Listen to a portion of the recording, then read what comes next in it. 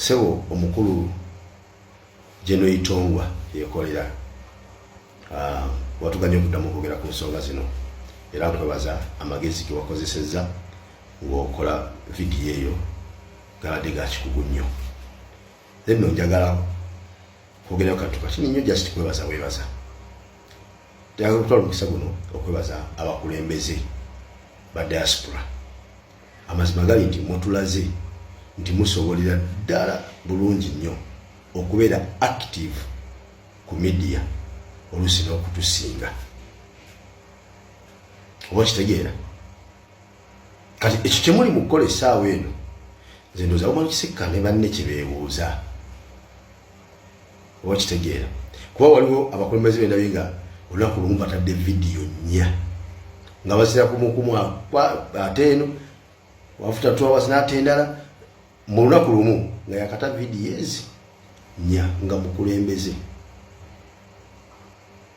Oba kitegeera kati ekyo ndowooza kiseka kyagamba ne banne nti amaanyi ge mutulaze nti musobolera ddala okubeera active ku internet gegondoza kiseka gabanja gatalaba ne banne.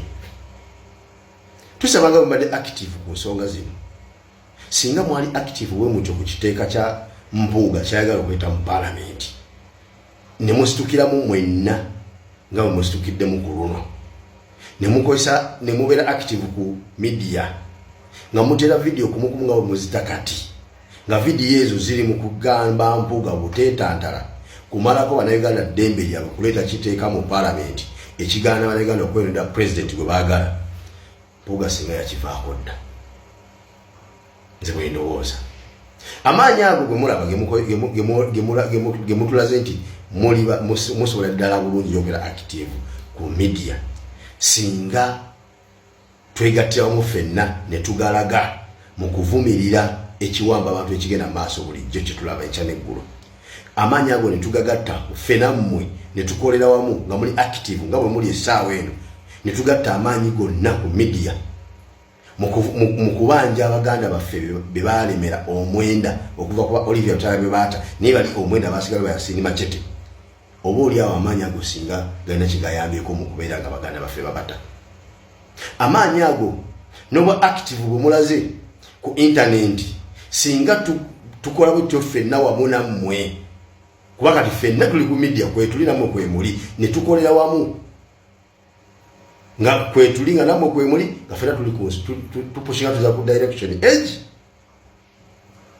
emu kulaba kusomesa Bannayuganda ku luno tugenda kukola tutya okugenda okuba nti tugenda kulonda His Excellency Robert Kyagulanyi Ssentamu awangule nga we yawangula ku luli baleme kulayiza Museveni. Singa tulina pulaani eyo nga ffenna tuli active ku internet kuno nga tugisomesa Abannayuganda nti bannange omukulonda kusigaddeyo omwaka tegukyawera okugenda mu campaign nti ye naye enteekateeka eriwo esobola okutuyambako ku luno president of okuwangula n'okulayizibwa n'alayiza okuba president ti tugenda kukola bwetuti ne bwetuti ne bwetuti ne tukolamu ffenna nga mukozesa amaanyi nga ge mukozesezza ku luno nga gagasiddwako n'agafa ababeerako bulijjo agakatona mu ggulu singa Bannayuganda bali wala mu kutegeera mu kumanya n'okutegeera ki ekyokola okuziiza Mwami Museveni obutawangula naye n'alayizibwa.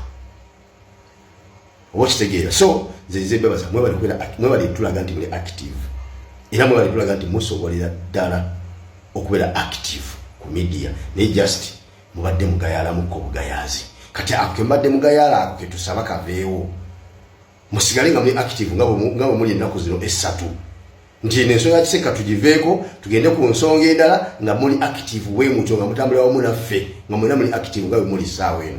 Wallahi tugenda kukyusa